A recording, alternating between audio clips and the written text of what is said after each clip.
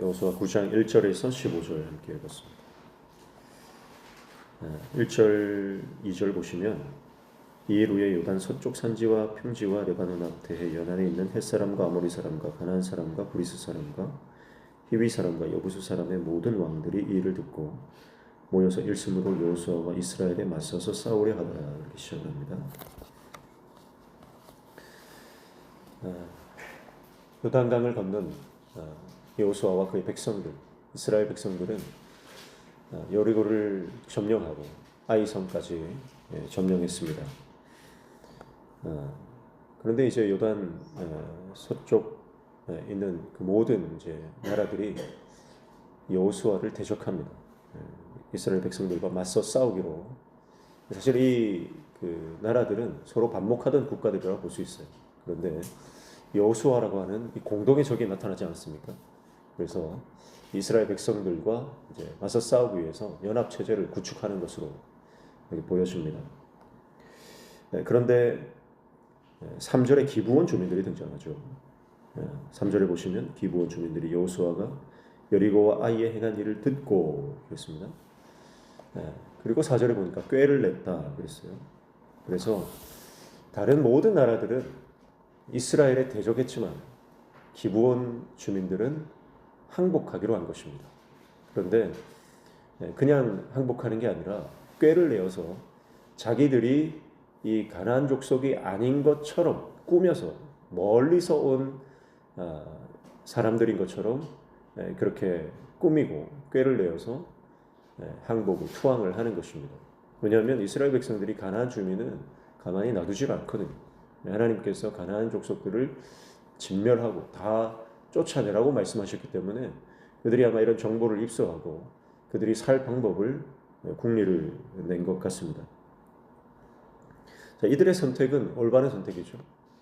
그러나 방법이 옳지는 않았습니다. 라합과 같은 경우 아닙니까? 여리고성에 있었던 라합은 꾀를 낸 것이 아니라 그 정탐꾼들을 숨겨줌으로써 그들이 구원을 받았죠. 기브온 주민들도 하나님을 선택하려면 믿음으로 선택했어야 하는 것입니다. 그런데 정당한 방법이 아니라 이스라엘을 속여서 이것이 나중에 이스라엘 백성들에게 하나의 큰 이슈가 되지 않습니까? 그러나 어쨌든 그들은 하나님을 선택합니다. 이스라엘을 대적하는 선택을 하는 것이 아니라 하나님을 선택하고 하나님께 자신의 운명을 건 것입니다. 방법이 잘못되었지만 하나님은 그 믿음을 인정해 주셨어요. 또 그런가 하면은 이스라엘 백성들은 어떻습니까? 이스라엘 백성들은 이 기브온 주민들이 자신들을 속이고 우리는 멀리서 왔으니 화친을 맺고 죄악을 맺자라고 했을 때 그들은 하나님께 물었어야 됩니다. 그런데 14절, 15절 보시면 무리가 그들의 양식을 취하고는 어떻게 할지를 여호와께 묻지 아니하고 여호수아가 곧 그들과 화친하여 그들을 살리라는 조약을 맺고 회중 족장들이 그들에게 맹세하였더라 그랬습니다. 화친을 요구하는 그 족속들을 앞에 두고 당연히 하나님께 물어야 돼요. 근데 여호수아도 그렇고 그 지도자들은 하나님께 묻지 않고 성급하게 조약을 맺습니다. 중요한 것은 이 화친을 맺는다는 것 자체가 잘된 일인가 잘못된 일인가를 따지기 전에 여러분 어떤 일이든 하나님께 물어야 하는 것입니다. 그래서 여호수아의 약간 이 성급한 성미가 좀 드러나는 것 같아요. 아이성 전투 때도 그랬잖아요. 하나님께 묻고 아이성을 들어가야 되는데 하나님께 묻지 않고 그냥 이 승리에 약간 이 급했던 모습을 우리가 여호수아에게 볼 수 있었는데 이 아이성에서 승리하고 하나님께 제단을 쌓았는데 또 돌아서서 하나님께 묻지 않고 또 급하게 결정하는 모습을 볼 수가 있습니다. 여러분 이게 사실은 우리의 모습입니다. 돌아서면 은혜를 까먹는, 돌아서면 하나님과 했던 약속을 잊어버리는 것이 사실 우리의 모습 아닙니까? 그래서 우리가 이 말씀을 통해서 점검해야 하는 것은 아무리 그럴듯한 상황, 또 당연한 것 같은 상황, 그리고 뭐 누가 뭐래도 이 길이 맞는 것 같은 그런 상황이라 할지라도요, 하나님께 물어야 하는 것이죠. 그래서 물론 이 결과적으로 믿음으로 선택하고 믿음을 선택한 백성들에게 자비를 베풀어 주는 것, 이것은 하나님의 방법이에요. 이스라엘 백성들이 하나님께 물었을 때, 기브온 족속들이 이렇게 나오는데 하나님 어떻게 합니까? 물었을 때 하나님이 다 죽여버려라 그렇게 하실 분이 아니잖아요. 용서하시고 받아주시고 이스라엘 백성 안에 품어주실 그런 하나님이죠. 사실 이스라엘 백성들, 히브리 족속이라고 하는 것이 수많은 잡족들이 모인 것 아닙니까?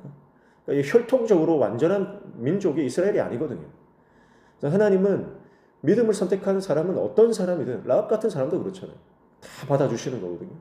그래서 기브온 족속들도 그들이 꾀를 내지 않고 정당하게 우리는 가나안 주민들인데 우리를 받아달라고 그렇게 했다면 하나님이 받아주시지 않을 리가 없고, 이스라엘 백성들도 하나님께 묻고 하나님의 뜻을 구했다면 하나님의 말씀에 순종하는 일들로 이어졌을 것입니다. 결과는 좋았지만, 의도도 좋았지만, 그러나 그들은 하나님께 묻는 가장 중요한 것을 생략하고 건너뛰어 버린 것이죠. 오늘 저와 여러분의 인생 가운데 어떠한 상황과 어떠한 형편 가운데서도 하나님께 묻고 하나님의 음성을 듣고 움직이는 저와 여러분 되시기를 축복합니다. 결과적으로 기브온 주민들은 이스라엘 백성들이 종이 되어버립니다. 구원은 받았지만 종으로 살아가는 것이고, 이스라엘 백성들 안에는 약간의 그 혼란이 일어나죠.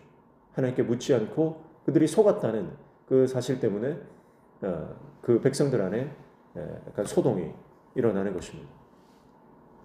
사랑하는 성도 여러분, 우리 인생 가운데 사람의 꾀가 아니라 하나님의 은혜를 붙잡는 지혜가 있기를 축복합니다. 그리고 어떤 쉬운 상황이라 할지라도 하나님께 묻고 하나님의 뜻을 따라가는 저와 여러분 되시기를 축복합니다.